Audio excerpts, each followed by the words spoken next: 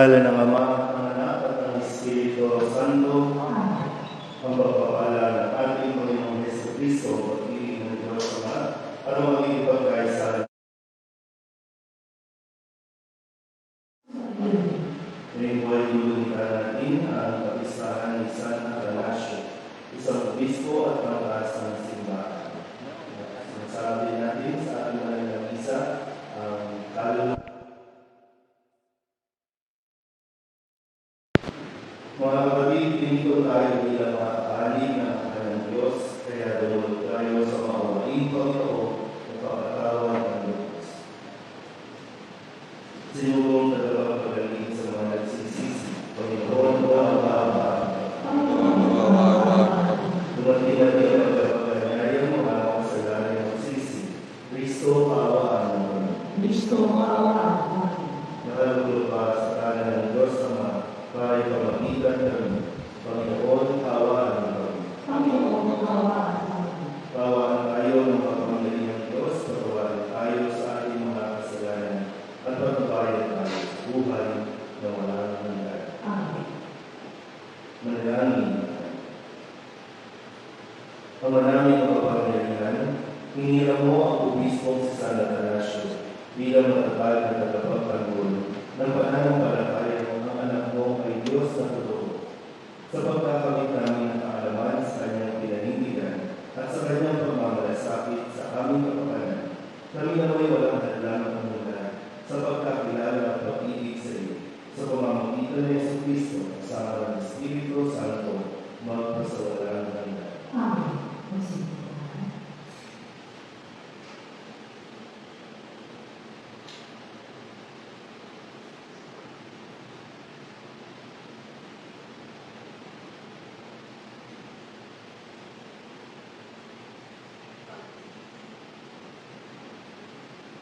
Pagbasa mula sa mga gawa ng mga apostol. Noong mga araw na iyon, ang mga mananampalataya ay nagkakuha-hiwalay dahil sa pag-uusig na nagsimula ng pagkanin si Esteban. May nagrating sa Felicia, sa Chipre, at sa Antioquia.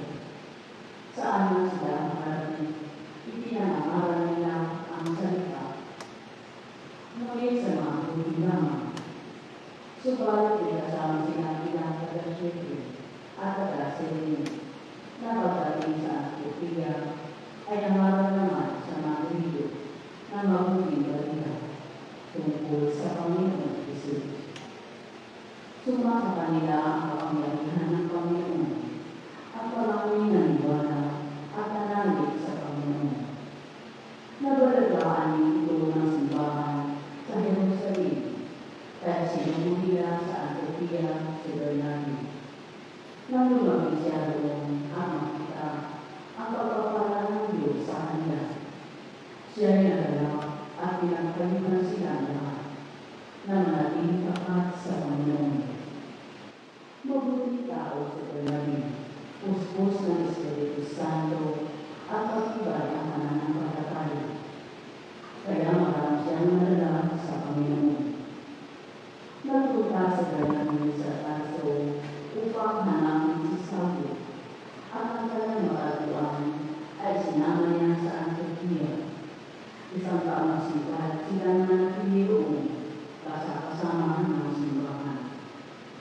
At nagturo sa maraming tao. At doon sa Antioquia, unang tinawag ng Kristiyano ang mga alagad. Ang salita ng Diyos. Salamat sa Diyos. Sana tingnan ang ating pagtutuloy. Kung hindi ka ng basta ang Panginoong kakila, kung hindi ka ng basta ang Panginoong kakila. Sa dulo ng siyo, ipinayo ng Diyos ang banal na lungsod.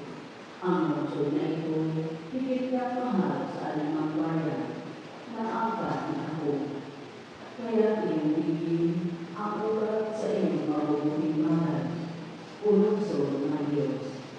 Kung hindi ka ng basta ang Panginoong kakila. Pag ipinalan ko, daong ang bungsang sa inyong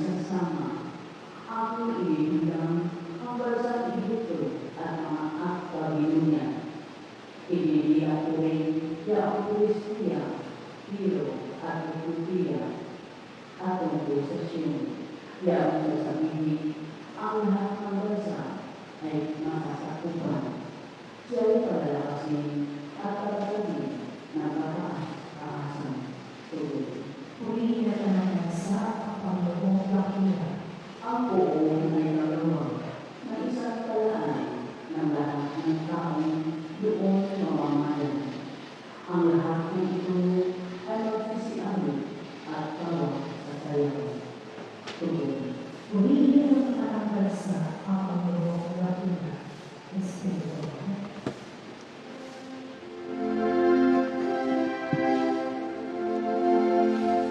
Hallelujah,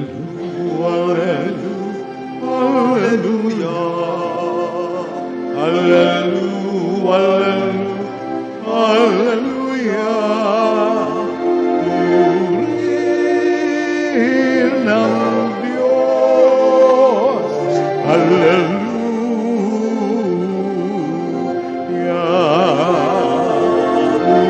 Purihin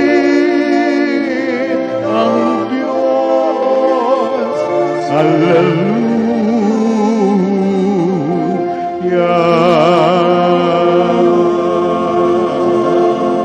Sumisigaw ang Panginoon. Pagsumayin. Ang mabuting balita ng Panginoon ayon kay San Juan. Mahuli sa iyo ang Panginoon. Taglamig na noon, kasalukuyang ipinagdiriwang sa Jerusalem ang pista ng pagkakalaga ng templo. Naglalakad si Jesus sa templo sa portiko ni Solomon. Pinaligiran siya ng mga Hudyo at sinabi sa kanya, hanggang kailan mo kaming pag-aalinlanganin? Kung ikaw ang Kristo, sabihin mo ng iyakan. Sumagot si Jesus, sinabi ko na sa inyo, ngunit ayaw ninyong maniwala. Ang mga ginagawa ko sa ngalan ng aking Ama ay nagpapatotoo tungkol sa akin. Ngunit ayaw ninyong maniwala, sapagkat hindi ko kabilang sa aking mga tupa. Nakikinig sa akin ang aking mga tupa, nakikilala ko sila, at sumusunod sila sa akin. Binibigyan ko sila ng buhay na walang hanggan, at kailanmay di sila mapapahamak. Hindi sila maaagaw sa akin ninuman. Ang aking Ama na nagbigay sa kanila sa akin ay lalong dakila sa lahat, at hindi sila maaagaw ninuman sa aking Ama. At ako at ang Ama ay iisa. Ang mabuting balita ng Panginoon. Pinupuri ka natin ang Panginoong Kristo. Isang mapagpalang umaga po sa inyong lahat. Muli sa ating pong Ebanghelyo, narinig natin ang usapan nito mga taong patuloy na nagki-question kay Jesus kung sino siya o kung ano yung kanyang identity. No, sinasabi nga dito, hanggang kailan mo kami pag-aalinlanganin? Kung talagang ikaw ang anak o ang Kristo, sabihin mo ng hayagan. Pero sabi ni Kristo, sinabi naman niya na, at nakita naman ng mga tao ang lahat ng mga katibayan o katunayan, pero sadyang ayaw nilang maniwala o ayaw nilang tanggapin si Jesus. Pero sinisikap pa rin naman ni Jesus, no, na maipakita o maipaliwanag sa kanila ayon sa kanilang natutunan. Pero pag sarado talaga ang isipan ng isang tao, kahit anong gawin mo, hindi siya o hindi yan maniniwala. Siguro magandang mapagnilayan natin itong puntong ito, no, na sadyang minsan may mga taong kahit anong gawin natin, hindi talaga makukumbinsi. Kasi nga, kumbaga, yun na yung kanilang iniisip. No? May mga tao talaga, kahit anong gawin mo, kahit anong sabihin mo, kahit anong ipakita mo, hindi ka nila tatanggapin. Malinaw po ba? Kahit mabait ka pa, kahit gumawa ka pa ng kabutihan, hindi ka nila tatanggapin. So, kung ganun talaga ang nangyayari, huwag mong ubusin ang iyong oras sa mga taong ayaw namang maniwala sa iyo. Doon ka na, no? minsan ito yung isang pagkakataon din, no, na kailangan natin ng kumbaga umalis doon sa mga taong ayaw sa iyo. Kasi kahit, sabi ko nga, no, kahit anong gawin mo, wala na. Sarado na ang kanilang isipan. Sayang kasi yung panahon, yung pagkakataon na mayroong kang pwedeng makilala. Na po pwedeng mayroong ng mga tao na masigit na matutulungan mo kung doon ka sa kanila magtuturo, kung doon ka sa kanila kumbaga maglalaan ng oras. Titiyakin lang natin na ginawa naman natin ang lahat, no? Sinubukan mo naman, pero kung ayaw talaga, di umalis ka na.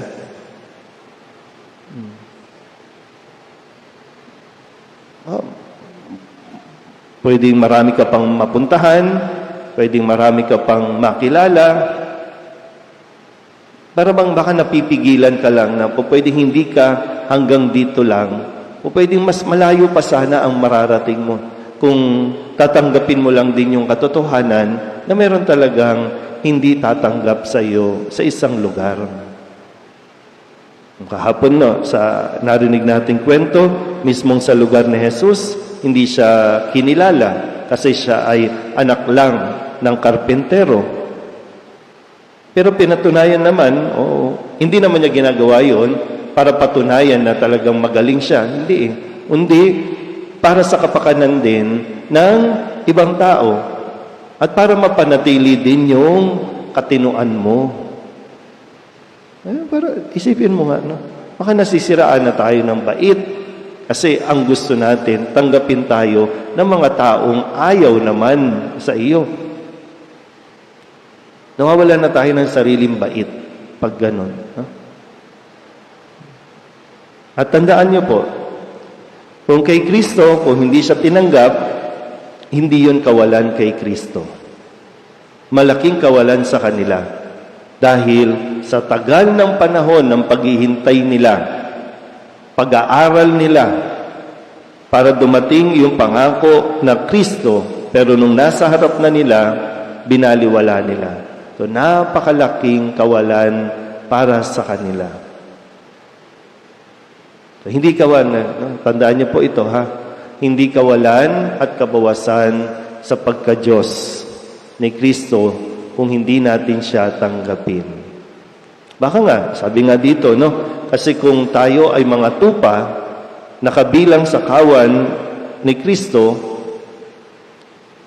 maswerte tayo. Pero kung hindi talaga, hindi talaga. Pero sayang, no?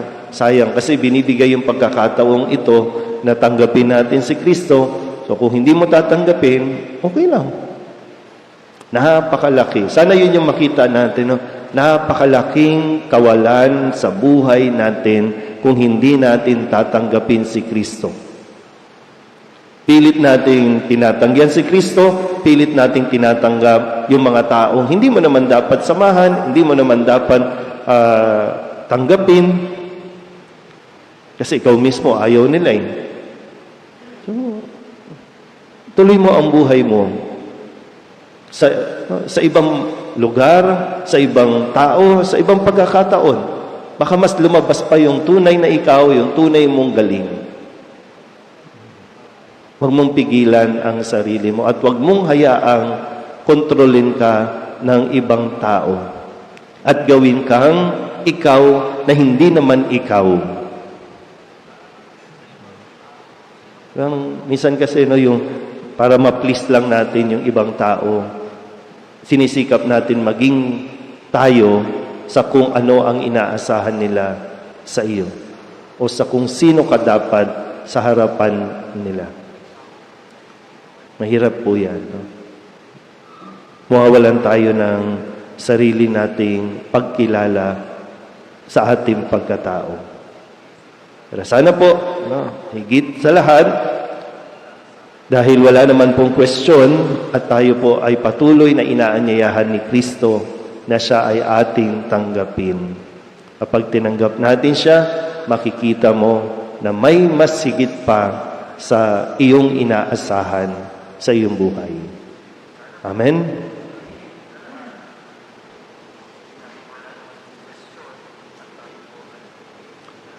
Pinagkakalooban ng Diyos ng buhay na walang hanggan ang mga tupang kabilang sa kanyang kawan. Manalangin tayo sa Ama, taglay ang pagtitiwala na hindi tayo mawawalay sa kanyang pangangalaga. Ang ating pong itutugon, Panginoon, dinggin mo ang aming panalangin. Panginoon, tingin mo ang aming panalangin.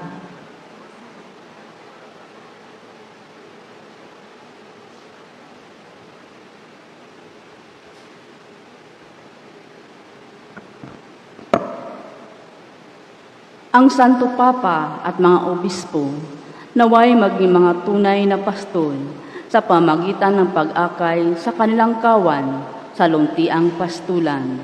Manalangin tayo sa Panginoon. Panginoon, tingin mo ang aming panalangin. Ang mga nalihis sa landas ng kabutihan, naway maakay pabalik sa kawan ng Panginoon. Manalangin tayo sa Panginoon. Panginoon, tingin mo ang aming panalangin. Ang mga kabataan, naway marinig ang tinig ng mabuting pastol na tumatawag sa kanila upang maglingkod sa pamilya ng Diyos sa isang natatanging paraan. Manalangin tayo sa Panginoon. Panginoon, tingin mo ang aming panalangin. Ang mga may sakit, naway maranasan ang kabutihan ng mabuting pastol sa pamagitan ng mapagmahal na pangangalaga ng kanilang mga pamilya. Manalangin tayo sa Panginoon. Panginoon, tingin mo ang aming panalangin. Ang mga namayapa, naway akayin ni Kristo ang mabuting pastol upang sila ay makarating ng ligtas sa tahanang walang hanggan. Manalangin tayo sa Panginoon. Panginoon, tingin mo ang aming panalangin. Idulog din natin sa Panginoon ang ating mga personal na kahilingan at mga panalangin para sa ating mga pamilya. Kasama ang mga kahilingan ng mga nanonood sa online, lahat ng mga misang pasasalamat, espesyal na intensyon at mga kaluluwa na hinihiling na ipagdasal sa misang ito.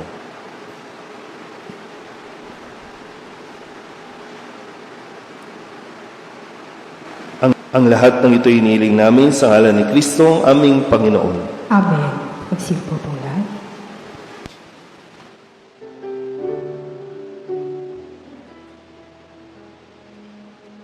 Tubig ng buhay, paglalakbay, patungo sa bagong buhay. O Jesu Kristo, aming gabay, basbasan mo ang aming alay. Bukal ng liwanag, nagbibigay ilaw sa mga bulan.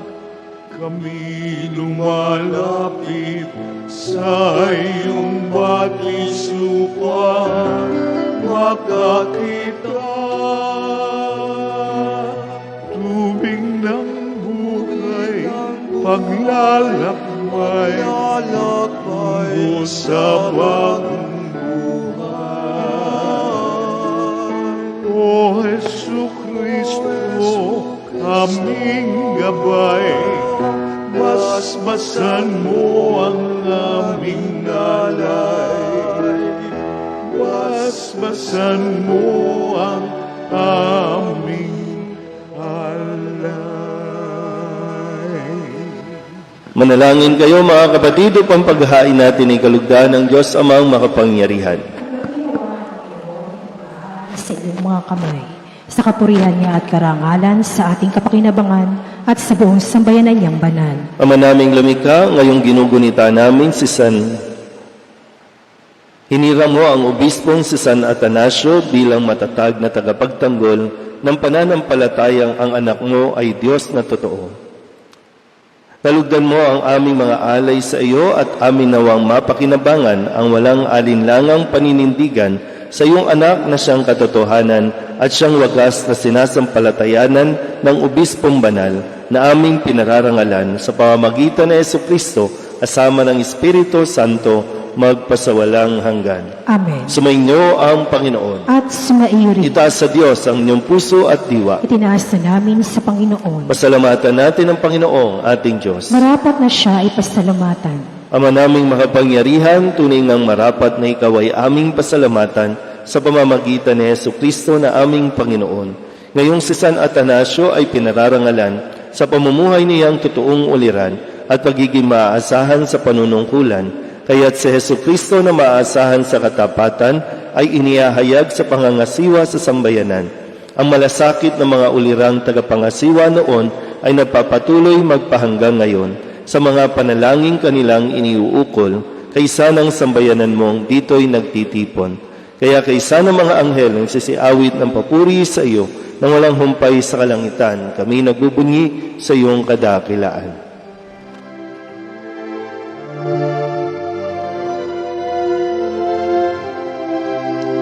Santo, Santo, Santo, Panginoong Diyos makapangyarihan, napupuno ang langit at lupa ng kalwalhatian mo. Hosana sa kaitaasan, pinagpalang na paririto sa ngalan ng Panginoon. Hosana sa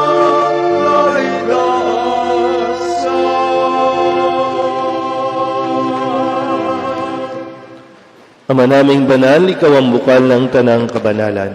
Kaya't sa pamamagitan ng iyong Espiritu, gawin mong banal ang kaloob na ito upang para sa aming maging katawan at dugo ng aming Panginoong Hesukristo. Bago niya pinagtisang kusang loob na maging handog, hinawakan niya ang tinapay, hinasalamatan kaniya, hinaghati-hati niya iyon, iniabot sa kanyang mga alagad at sinabi, tanggapin ninyong lahat ito at kanin, ito ang aking katawan na ihahandog para sa inyo.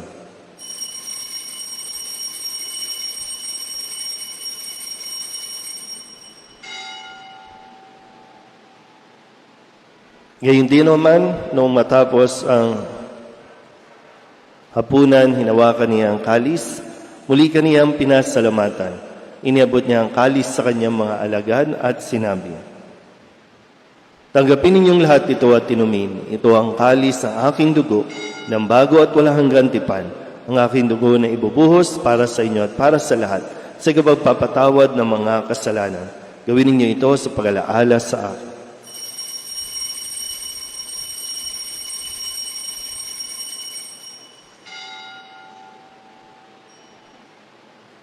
Ipagbunyi natin ang misteryo ng pananampalataya. Si Kristo'y namatay, si Kristo'y nabuhay, si Kristo'y babalik sa wakas ng panahon. Ama, ginagawa namin ngayon ang pag-alaala sa pagkamatay at muling pagkabuhay ng iyong anak, kaya tiniaalay namin sa iyo ang tinapay na nagbibigay buhay at ang kalis na nagkakaloob ng kaligtasan.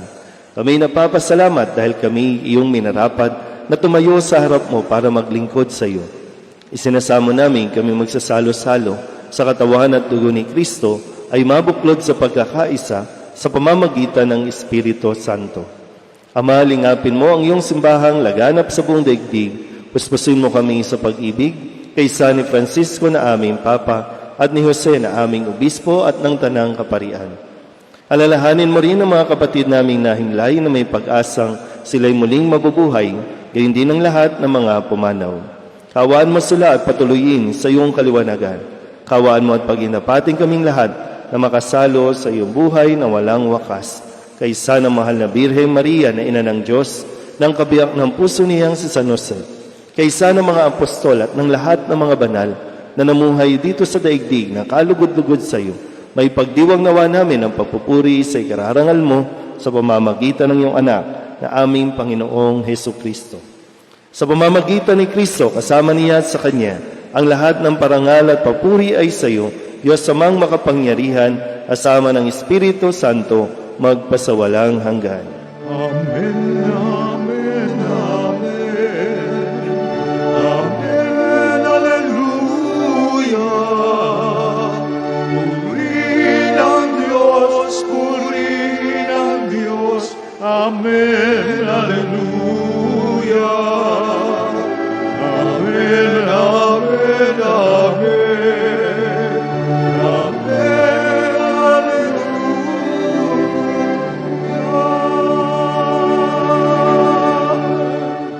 Sa tagubilin ng mga nakagagaling na utos sa turo ni Jesus sa Panginoon natin at Diyos, ipahayag natin ang lakas loob.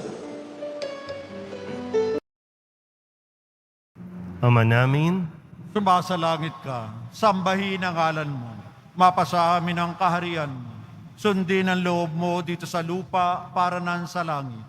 Bigyan mo kami ngayon ng aming kakanin sa araw-araw, at patawarin mo kami sa aming mga sala, para ng pagpapatawad namin sa nagkakasala sa amin, at huwag mo kaming ipahintulot sa tukso, at iadya mo kami sa lahat ng masama. hinihiling namin kaming iadya sa lahat ng masama, pagkalooban ng kapayapaan araw-araw, iligtas sa kasalanan at ilayo sa lahat ng kapahamakan, samantalang aming pinananabikan ang dakilang araw ng pagpapahayag ng tagapagligtas naming sa Jesucristo. Sapagkat iyo ang kaharian at ang kapangyarihan at ang kapurihan magpakailanman. Amen.